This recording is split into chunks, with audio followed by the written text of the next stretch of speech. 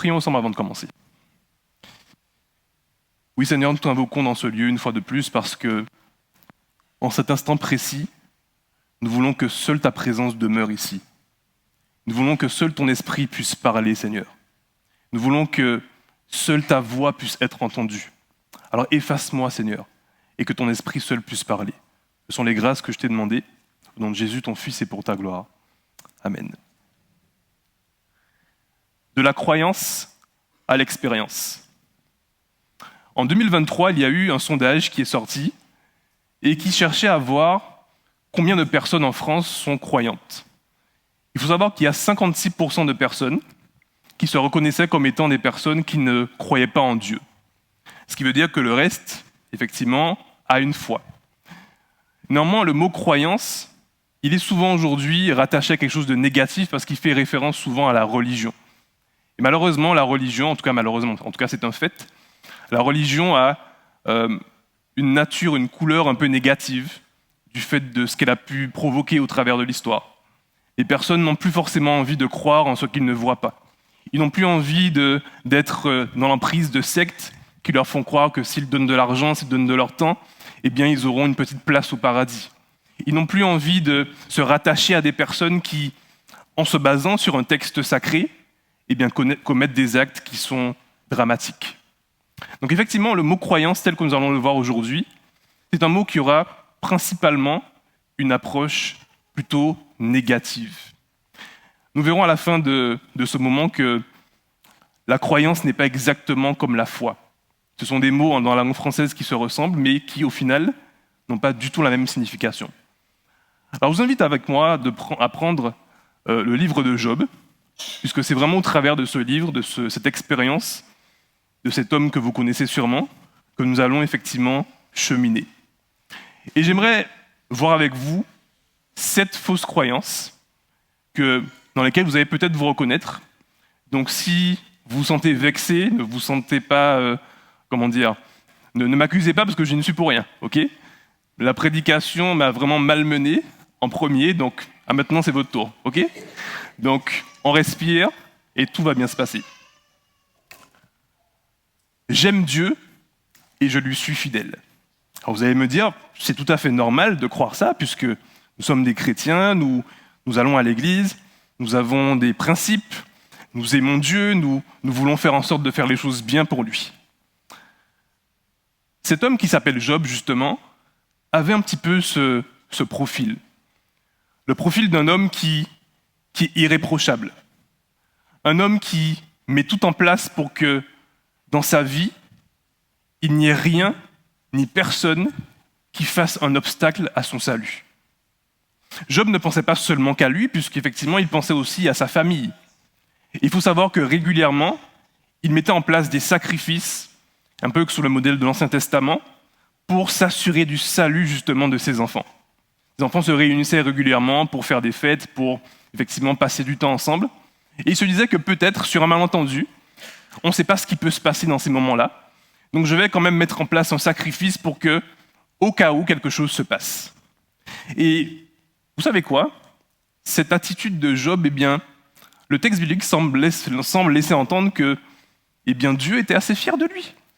Puisque, au verset 8 du premier chapitre de Job, voilà ce qu'il déclare à l'accusateur, souvent celui qu'on appelle Satan, qui se balade dans le conseil céleste.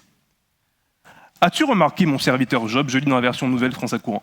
« As-tu remarqué mon serviteur Job ? Il n'y a personne comme lui sur la terre. C'est un homme irréprochable et droit, fidèle à Dieu et qui évite le mal. » Et là, l'accusateur lui dit, « Écoute, c'est très intéressant ce que tu dis, mais on va faire un test. Essaye de retirer tout ce qu'il a, tout ce que tu lui as donné en héritage, et tu vas voir si ce même gars dont tu es fier ne va pas te maudire dans la seconde. » Chose dite, chose faite, Dieu laisse à Satan l'opportunité de pouvoir s'attaquer à Job. Alors c'est quand même un peu bizarre cette histoire.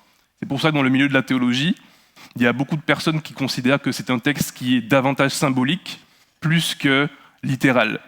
L'idée n'est pas de trancher sur un point ou sur un autre, mais ça peut expliquer certaines choses qui nous paraissent étranges dans ce texte, comme le fait que voilà, le diable accède facilement au conseil céleste. Alors effectivement, il y a la question de la croix qui n'avait pas encore été intervenue. Donc c'est un élément sur lequel on ne reviendra pas aujourd'hui, mais qui est quand même important. Effectivement, Job, qui est cet homme qui aime Dieu, qui lui est fidèle, du jour au lendemain, il perd tout. Il perd son bétail, il perd des serviteurs, il perd ses enfants, il perd sa réputation. En fait, tout ce qui constituait son identité, sa renommée, sa force, en l'espace de quelques jours. Et même le texte, quand on le lit, on a l'impression que ça se passe la même journée. En l'espace de quelques instants, il perd tout. Et là, on attend la réaction tant attendue de Job qui est censé maudire Dieu. Eh bien non. Job continue d'avoir une approche qui semble être justement irréprochable. Il va déclarer au verset 20 et 22 qu'il est sorti nu du ventre de sa mère et nu il retournera à la terre. Le Seigneur a donné, le Seigneur a repris, qu'est-ce qui se passe après? Que le nom du Seigneur soit béni. C'est un texte qu'on aime répéter parce que ça nous encourage dans les moments de deuil, dans les moments où on perd tout. Mais il est intéressant de voir qu'est-ce qui, effectivement, animait véritablement Job. Parce que quand on va un petit peu plus loin dans le chapitre 3, on voit un total changement de paradigme. Job va totalement changer son discours. Là, il va commencer à se plaindre de sa vie, il va se plaindre de son existence, il va épiloguer pendant un long moment et, en fait, finalement, commencer à se plaindre. Et l'élément principal qui m'a vraiment marqué et choqué lorsque j'ai vu ce texte, parce que je me suis reconnu, c'est dans Job 3, verset 25, qui déclare « Ce qui me terrorisait, c'est ce qui m'arrive. Ce dont j'avais peur, le voici devant moi. » En l'espace de quelques jours, les masques tombent. On a une personne qui est irréprochable, qui chaque jour fait des sacrifices, qui prie pour ses enfants, qui met tout en place, qui semble être le chrétien parfait, si on parlait de christianisme à l'époque. Mais en réalité, lorsqu'on gratte un peu, lorsqu'on passe par l'épreuve de la souffrance, on voit que ce qui animait Job en premier, c'était la peur de souffrir. Et j'ai envie de vous dire ce matin que ce n'est pas que tu aimes Dieu, c'est que tu as peur de souffrir. C'est dur, hein? Ce n'est pas que tu es attaché à Dieu. Ce n'est pas que tu as une fidélité tellement extraordinaire. C'est que tu te dis, peut-être que si je mets telle ou telle chose en place, peut-être que si je vis ma vie dans les règles, eh bien, je n'aurai pas ce cancer dont j'ai peur. Je ne vais pas rester célibataire toute ma vie. Je vais devenir riche un jour. Quelqu'un a dit c'est vrai, je suis d'accord. J'aurai toutes les choses qui sont au fond de mon cœur, que je n'assume pas, mais au final, je traite la relation avec Dieu comme une forme d'échange de bons procédés. Et finalement, on n'est pas dans l'amour, on est dans une transaction. Peut-être que ce matin, parmi nous, il y a quelqu'un qui a la conviction qu'il aime Dieu, qui a la conviction qu'il est fidèle à Dieu, parce qu'il a des postes à l'église, parce qu'il fait tout ce qu'il peut pour bien faire, parce qu'il met tout en place dans sa vie pour que le péché ne se trouve pas devant sa porte. Mais au fond, est-ce réellement l'amour qui anime ton cœur plus que la peur? Il y a un deuxième mensonge que nous avons, c'est Dieu est mon juge. Dieu est celui qui règle mes comptes, celui qui me donne la justice. On voit que Job était aussi pétri de cette mentalité de celui qui ne se confie qu'en Dieu. Au-dessus de lui, il n'y a personne sinon Dieu. Et quand on lit le texte à première vue, on se dit que voilà, on a une personne qui a une certaine humilité, une personne qui est fidèle à Dieu, une personne qui est pieuse, une personne qui honore Dieu par ses actes. Mais Lorsqu'on va dans Job chapitre 9, alors on découvre un tout autre aspect de Job. Job chapitre 9, versets 33 à 35. Et là, le texte dit quelque chose de fascinant. Dans Job 9, versets 33 à 35. « Si au moins il y avait un arbitre entre nous, qui ait autorité sur nous deux, qui écarte de moi le bâton de Dieu, pour que sa terreur ne m'épouvante plus. Je parlerai alors sans le craindre, mais puisqu'il n'en est pas ainsi, je reste seul face à moi-même. » Là, on n'est plus dans le simple rôle de juge, là. Quand on lit Job à ce moment-là, on voit que Job considère clairement Dieu comme étant son ennemi, comme étant son adversaire, comme étant celui qui n'attend qu'une seule chose, c'est de le juger pour ses fautes, comme étant celui qui n'a aucune manière n'a aucune bienveillance, n'a aucune forme de bonté. C'est celui qui est violent, c'est celui qui tape, c'est celui qui n'attend que la faute pour pouvoir agir et intervenir. Job va jusqu'au point où il demande l'arbitrage d'une tierce personne. On passe d'un Job qui déclare que voilà, Dieu est mon guide, je suis né nu, je vais mourir nu, qui a un discours finalement très religieux. Est-ce que ce discours, parfois, nous ne l'avons pas aussi? Est-ce que lorsque vient la difficulté, on ne s'enveloppe pas d'une certaine forme de justice qui en réalité est un simple discours qu'on répète? Une simple manière de voir qui nous empêche justement de considérer véritablement notre véritable état d'esprit. Parce qu'au fond, on ne considère pas Dieu comme notre juge, mais on imagine que la mission de Dieu dans nos vies, c'est de traquer chacune de nos erreurs. C'est d'être derrière nous dès qu'il y a un faux pas. C'est d'être là pour sévir et punir dès que quelque chose de mal nous arrive. C'est pour ça que parfois, on demande à Dieu, aie pitié de nous. Parce qu'on a toujours l'image du Dieu de l'Ancien Testament qui frappe, du Dieu qui sévit, qui ouvre la terre en dessous de nous. Parce qu'au fond, on a encore cette mentalité d'esclave. Il y a une autre conception que l'on a aussi, c'est que seul Jésus peut atteindre un niveau de sagesse. Je ne suis pas Jésus. Ce n'est pas dans mes capacités. De toute façon, au ciel, on sera parfait. On utilise ces phrases pour souvent justifier des comportements qui sont assez inadmissibles, souvent, pour justifier des choses qui n'ont pas lieu d'être, pour être dans des positions où on n'a pas besoin de faire d'efforts, parce que finalement, c'est plus simple de se dire que je ne suis pas Jésus. Et comme je ne suis pas Jésus, je vais continuer à avancer dans ma vie comme je l'entends. Et d'ailleurs, je n'ai pas accès à la sagesse. Et Job, lui aussi, aura ce discours dans Job 28, versets 12 à 13, il va dire « Mais la sagesse, où se trouve-t-elle? Où demeure l'intelligence? L'humain n'en connaît pas le prix. Elle est introuvable au pays des vivants. » Pourtant, il y a tout un livre qui est consacré dans la Bible, même deux, à la sagesse. Proverbe, Ecclésiaste. Dans le Proverbe 8, je crois, le texte dit « La sagesse se trouve dans les rues, elle crie. » En fait, chaque instant de vie est une opportunité de rencontrer la sagesse. Et pourtant, Job va dire tout l'inverse. Job va considérer que, dans tous les cas, je ne sais rien, et puis ça ne m'est pas accessible, puisque je ne suis qu'un pauvre être humain. Parce qu'on aime aussi se martyriser, on aime aussi se sous-estimer, on aime oublier que Dieu nous a rachetés et a fait de nous des enfants de Dieu.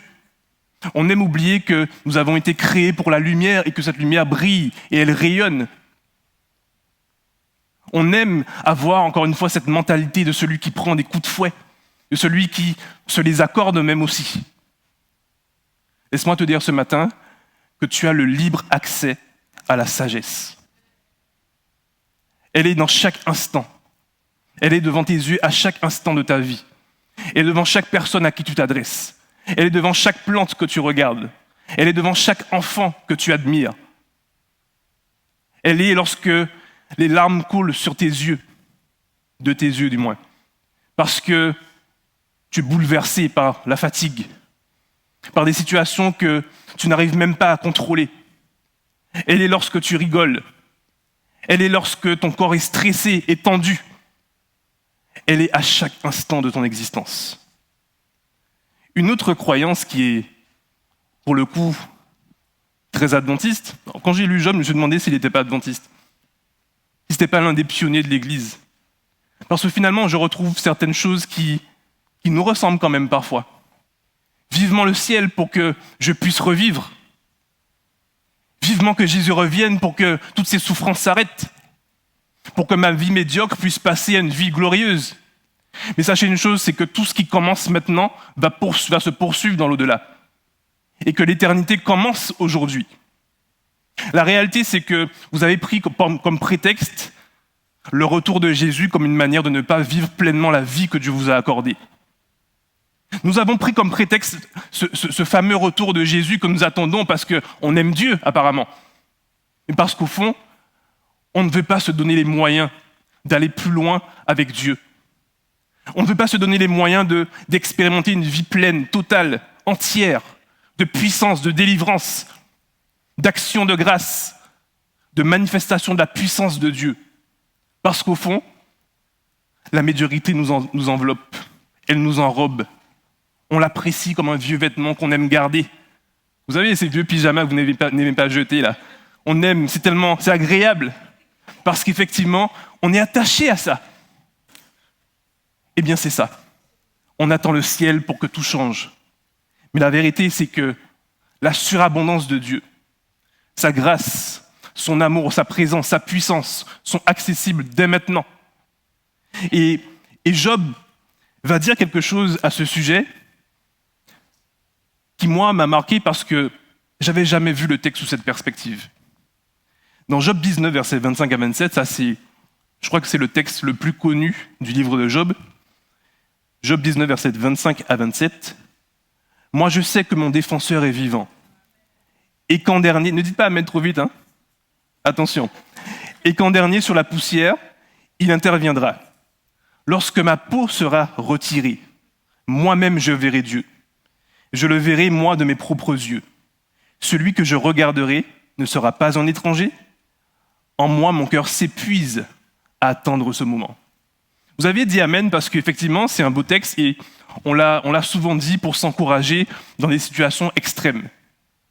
Mais là, ce que Job, je vais l'appeler Paul, ils sont assez similaires, je sais pas. Ce que Job essaie de nous faire comprendre, c'est que finalement, il est en train d'avouer une chose qui est dramatique. Là, il ne parle pas de la vie présente, de sa vie présente. Là, il est dans une perspective eschatologique, c'est-à-dire relative à la fin du monde. Il est dans une perspective qui inclut sa mort. Donc Job n'arrive pas à admettre le fait que sa situation peut avoir une rédemption dans son vivant. Et malheureusement, nous avons cette mentalité parce que nous avons la conviction qu'il faut que Jésus revienne pour que tout soit réglé. Oui, effectivement, le retour de Jésus est l'aboutissement de toutes ces choses. Mais il y a un début, il y a un commencement. Il y a des prémices qui doivent être vues dès maintenant dans nos vies. Et c'est exactement ce que Job ne semble pas comprendre. Alors quand on lit ce genre de texte, essayons de lire le contexte. Essayons de lire le contexte dans lequel les personnes s'adressent. Parce qu'effectivement, c'est un texte qui est encourageant, qui est beau, voilà, qui est conquérant. Il sait soi-disant que son Rédempteur est vivant, mais il est tellement vivant qu'il faut d'abord qu'il meure pour qu'il puisse le voir face à face. Mais David va dire dans un psaume, moi, si je n'avais pas l'assurance de voir la bonté de l'Éternel sur la terre des vivants, ça veut dire que dans son vivant, il a la conviction qu'il verra la bonté de Dieu.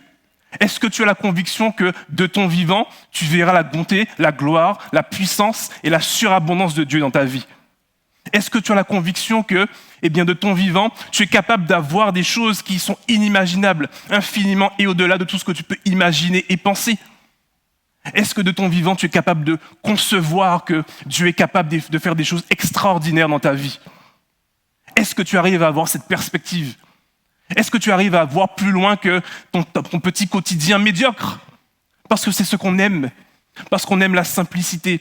On s'imagine que oui, Jésus était simple, Jésus, il avait des petits vêtements. Non, Jésus, c'était le roi des rois, le Seigneur des seigneurs, qui avait accès à toutes les richesses. Et l'apôtre Paul va déclarer que les richesses de Dieu sont les nôtres. Je suis béni parce que l'Éternel est mon partage. Je suis béni parce que l'Éternel est mon partage. Et ce qui appartient à Dieu m'appartient parce que je suis son enfant. Donc je n'ai pas besoin d'attendre le retour de Jésus pour vivre la surabondance de Dieu. Et sur tous les plans. Et sur tous les plans. Il est temps que l'Église puisse comprendre que nous devons aussi avoir une existence rayonnante dans la société. L'Église n'est pas faite que pour les pauvres. L'Église est faite pour les personnes qui ont soif de Dieu. Et la soif de Dieu permet aussi de grandir, de s'élargir, de s'étendre, de se répandre sur terre. Parce que c'est ça le message de Dieu. 5e fausse croyance. Ah, j'aimais tellement cette époque où, quand j'allais à l'église, c'était bien, c'était dynamique, on chantait bien. Et puis, quand je priais, je sentais quelque chose qui se passe. Combien de fois n'a-t-on pas entendu, de nos propres bouches, ce genre de paroles? Se disant que oui, j'espère que quelque chose de grand va se passer dans ma vie, comme avant. Figurez-vous que Job a eu cette même croyance. Alors là, il est très long. Hein. Job, quand il commence à parler, il ne s'arrête pas. Dans Job 29, versets 1 à 11, je vais lire quelques versets, je ne vais pas tout lire. Voilà ce qu'il déclare. « Comme je voudrais retrouver le passé, ce temps où Dieu veillait sur moi, quand sa lampe brillait sur ma tête, et qu'à sa lumière j'avançais dans l'obscurité. » Un poète en plus. Hein. « J'étais alors là, à l'âge mûr, et l'amitié de Dieu veillait sur ma maison. Le Dieu souverain était encore avec moi, et tout autour de moi se tenaient mes garçons. » Je m'arrête là. Vous pourrez continuer à lire à la maison. Combien de fois n'est-on pas dans cette mentalité dans l'épreuve où on regrette le passé? On regrette la fameuse époque de gloire, alors qu'il n'y en a jamais eu. Hein. La fameuse époque de gloire où Dieu faisait des choses extraordinaires dans nos vies, alors qu'en réalité, nous n'étions qu'au début de ce que Dieu voulait faire avec nous. Laisse-moi te dire une chose, c'est que le retour en arrière est impossible. Il faut monter en niveau, il faut monter en puissance. Et c'est ce à quoi sert l'épreuve. D'ailleurs, Jacques le dit, l'épreuve de votre foi sert à l'endurance, ça sert à la persévérance, ça sert à la fortification de la patience. Et c'est comme ça qu'on monte en niveau. Il faut arrêter de désirer un passé qui n'existe plus et qui, au fond, n'est même pas si glorieux que ça. Vous n'avez pas remarqué qu'à chaque fois qu'il y a une épreuve, on a tendance à glorifier des événements passés qui étaient tellement dérisoires, mais qui tout d'un coup deviennent des choses qui sont extraordinaires dans nos vies. Parce qu'on n'arrive pas à croire que l'extraordinaire peut se manifester dans la situation présente. On n'arrive pas à croire que Dieu est capable encore de se révéler dans notre expérience présente. Et qu'il n'est pas juste le Dieu du passé. Il n'est pas le Dieu de l'histoire. Il n'est pas le Dieu de la Bible. Vous n'êtes pas fatigué de lire l'histoire d'Abraham, de Moïse, de toutes ces personnes qui ont vécu des choses avec Dieu. Et nous ne vivons rien d'aussi extraordinaire. Oui, parce que tout a déjà été révélé dans les écrits, maintenant il nous faut croire. Non, la foi elle est là pour que les choses puissent intervenir, pour que l'extraordinaire puisse se révéler dans la vie humaine. La foi n'est pas juste quelque chose qu'on contemple, c'est pas une croyance à laquelle on se rattache, parce vous voyez les croyances, ce que ça donne. Ça donne du désespoir, ça donne de la déception, ça donne des désillusions, parce qu'au fond on se rattache à ce qui nous rassure, et pas à la parole que Dieu a plantée dans nos cœurs. Une autre croyance qui est vraiment intéressante. Hein. Je n'aime pas la vie sur terre, mais j'aime Dieu. On aime dire des expressions, « Ah, quelle vie de... » Je ne dis pas la suite. Parce qu'au fond, on a une forme de dégoût parfois de notre propre existence. On est tellement amer face aux choses que l'on vit. Et c'est vrai qu'il y a de quoi être amer parfois. Mais la vérité, c'est que lorsqu'on croit que c'est la vie que l'on attaque, au fond, c'est Dieu lui-même qu'on attaque. Parce que si Dieu est auteur de la vie, lorsque je critique mon existence, lorsque je critique même l'état du monde, puisque le monde a été créé par Dieu, même si ce n'est pas lui le prince de ce monde, mais il a quand même été créé par Dieu et son image repose sur chaque individu. eh bien c'est Dieu que je critique. C'est Dieu que j'attaque directement. Et Job lui aussi l'a dit. Dans Job 3, comme on l'a dit, il va maudire son existence. Il va maudire le jour de sa naissance. Il va maudire les jambes qui l'ont porté. Vous vous rendez compte jusqu'où il va? Je ne dis pas ça pour critiquer Job, parce qu'en fait, au fond, on est dans le même cas. On a les mêmes propos. On a les mêmes discours. Et tout ça enrobé du retour de Jésus, qui va nous permettre de sortir de ce monde ténébreux, alors qu'en réalité, la beauté se trouve à chaque instant, devant chaque personne. Le fait de simplement respirer, c'est déjà un miracle. Le fait d'expérimenter la gloire de Dieu, c'est déjà un miracle. Le fait d'être en vie, de pouvoir porter un enfant, même si ce n'est pas le sien, c'est déjà un miracle. La croyance la plus fatale, et celle qui, à mon sens, touche l'Église le plus, c'est la dernière. J'ai compris Dieu. J'ai compris Dieu. J'ai vécu une expérience, j'ai lu un texte là et franchement, waouh, j'avais jamais vu Dieu comme ça. Et c'est vrai, on a le droit et c'est nécessaire d'être émerveillé par une nouvelle découverte. Mais cette nouvelle découverte n'est simplement qu'un palier vers l'autre.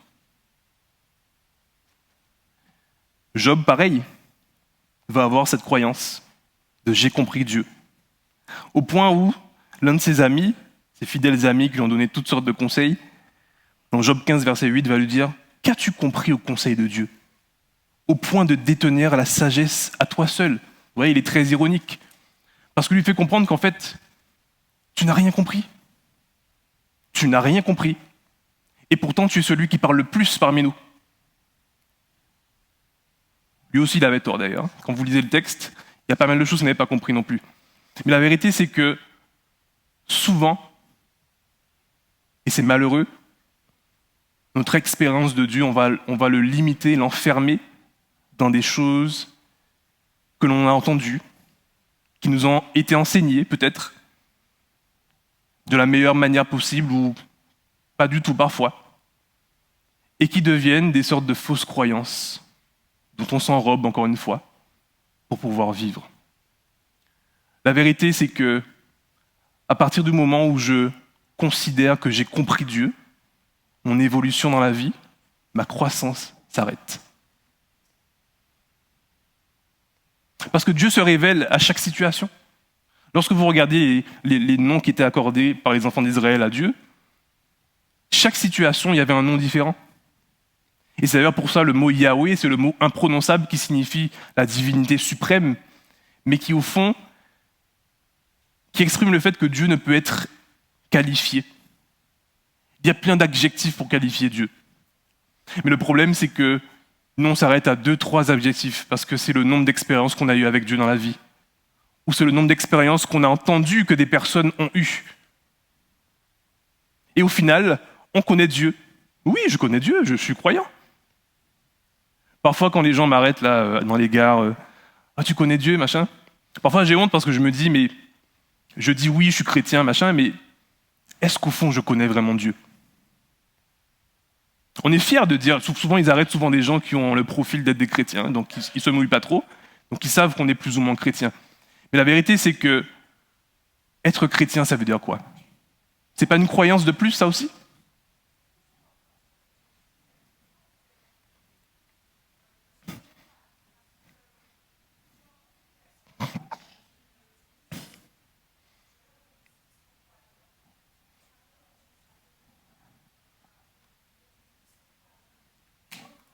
Mhm.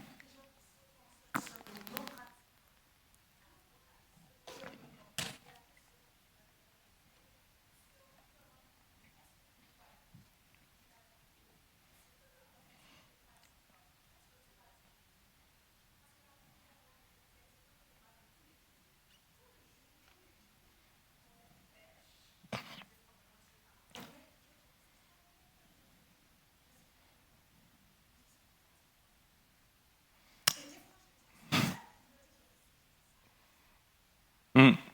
Alors, pour ceux qui n'ont pas entendu et pour ceux qui vont suivre après sur le live, la question qui a été posée par l'une des sœurs de l'Église, si on me demande est-ce que je suis croyant, est-ce que je réponds est-ce que je suis croyant ou pratiquant? C'est bien ça la question. Ok? Ben pour ça, il faut attendre la fin de la prédication. On va poursuivre. Elle est bientôt terminée, il y aura la réponse. Le jour où tu crois avoir compris Dieu, ta croissance se bloque. J'aimerais vraiment qu'on reste sur ce point-là pendant quelques secondes, pour vraiment se concentrer sur cette réalité. Le jour où je crois avoir compris Dieu, ma croissance se bloque. On peut être très grand de taille comme moi et avoir une croissance spirituelle très bloquée. Et malheureusement, ça, c'est des choses qu'on ne peut pas cacher. Sa taille, bon, ça, c'est quelque chose qui est visible. Mais la dynamique spirituelle qui anime quelqu'un, au bout d'un moment, on commence à la ressentir. Parce que Dieu n'est pas juste un nom qu'on prononce, c'est une expérience qu'on vit. C'est un vécu. Ce n'est pas une question de pratique, c'est une question de vie.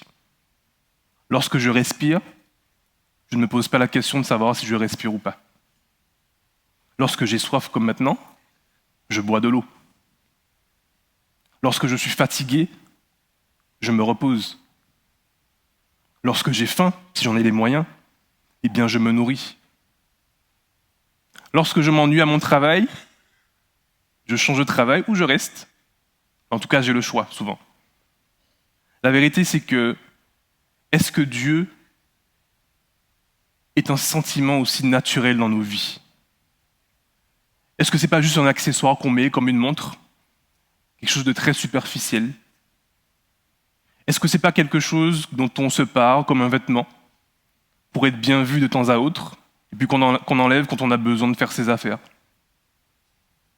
Est-ce qu'on aime véritablement Dieu? Je crois qu'on peut aimer Dieu.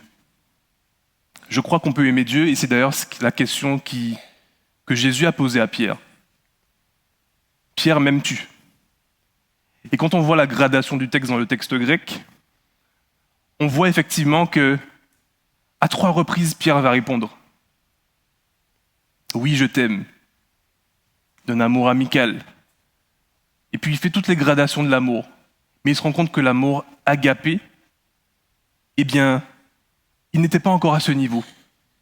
Et vous savez quoi, comme on l'a vu tout à l'heure, le niveau peut encore monter. Le niveau peut encore monter parce que l'Esprit de Dieu qui est en moi me rend capable d'aimer Dieu. L'Esprit témoigne à notre esprit que nous sommes enfants de Dieu. Et lorsque cette réalité me prend au ventre, lorsque je réalise que je ne suis pas juste Lucas, je ne suis pas juste l'enfant de mes parents qui sont là d'ailleurs, je ne suis pas juste une personne lambda, je suis l'enfant de Dieu, avec tout ce que ça implique. Eh bien cet amour parfois nous fait pleurer. Et il est temps qu'on pleure un petit peu aussi. On pleure pour plein de choses. On pleure parce que quelqu'un nous a largués. On pleure parce que, voilà, on a perdu quelqu'un, et c'est important. On pleure parce que le chien est mort. Mais on ne pleure jamais parce qu'on réalise que Dieu nous aime. Parce qu'on n'a pas encore vécu cette expérience. Et c'est quelque chose qui ne se commande pas. C'est l'Esprit de Dieu qui nous rend capable de le vivre. Et je prie pour que chaque personne ici ce matin puisse recevoir un jour dans sa vie cette grâce qui lui permet de recevoir l'amour de Dieu dans sa vie. Parce qu'en effet, c'est Dieu qui nous aime en premier. Et un jour ou l'autre, l'on parviendra à cet amour. Et c'est exactement ce que l'apôtre Paul, effectivement, le dit dans le texte au départ, 1 Corinthiens 13, verset 12. Pour l'instant, je vois comme au travers d'un miracle. Et un jour, je verrai face à face. Et je crois que ce jour n'a pas besoin toujours d'attendre le retour de Jésus. Parce que lorsque je suis passionné de Dieu, lorsque je veux que Dieu puisse habiter dans ma vie, lorsque je veux que Dieu puisse élargir les cordages de ma tente spirituelle, eh bien je m'en donne les moyens. Je demande à l'Esprit de Dieu de me saisir. Je demande à l'Esprit de Dieu de me montrer qui il est. Quand on étudie la théologie, c'est extrêmement compliqué parce qu'il y a plein de choses qu'on réalise qui sont parfois des constructions littéraires, il y a plein de choses qu'on apprend. Et on se dit à la fin de ces études, mais en fait, Est-ce que Dieu existe vraiment? Et il nous faut parfois vivre des expériences difficiles pour invoquer une fois le nom de Jésus et avoir la réponse qu'il existe vraiment et qu'il est capable de répondre à nos besoins. Nous avons besoin de ces expériences pour pouvoir élargir nos cordages de tente spirituelle. Dieu n'est pas une croyance, Dieu est une expérience. Et c'est ce que ce chant va nous dire.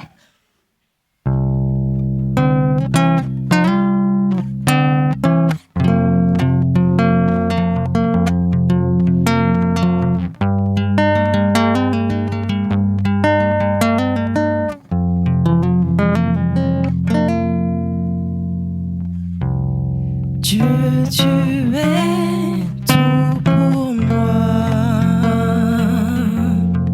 Lumière dans le noir. Quand je perds espoir,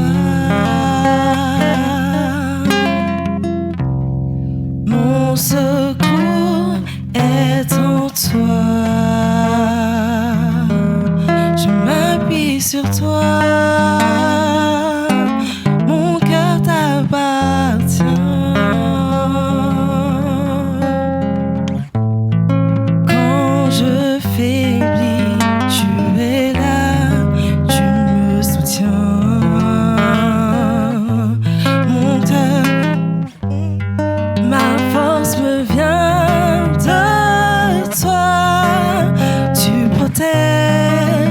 Tu relèves au milieu des tempêtes. Tu restes le même, tu consoles, tu restaures, tu me soutiens. Tu protèges, tu relèves au milieu des tempêtes.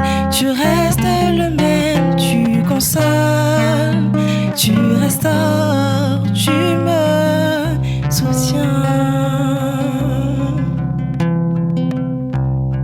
Je dépose à tes pieds, oui, tous mes péchés et mes difficultés.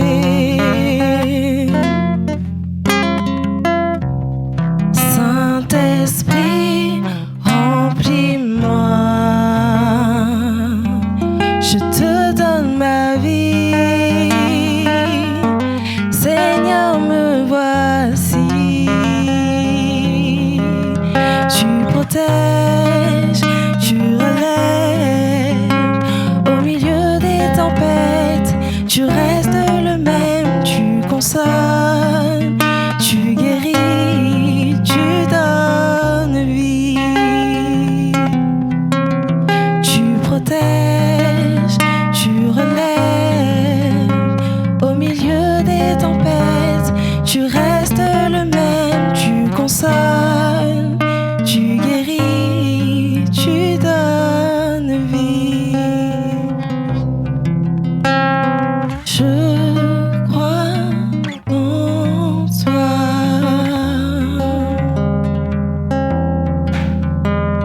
Je crois en toi.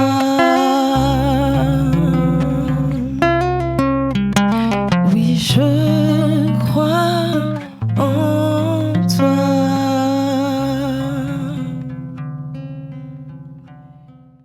Dieu éternel, je sais que tu m'aimes, tu es mon Père, je suis ton enfant.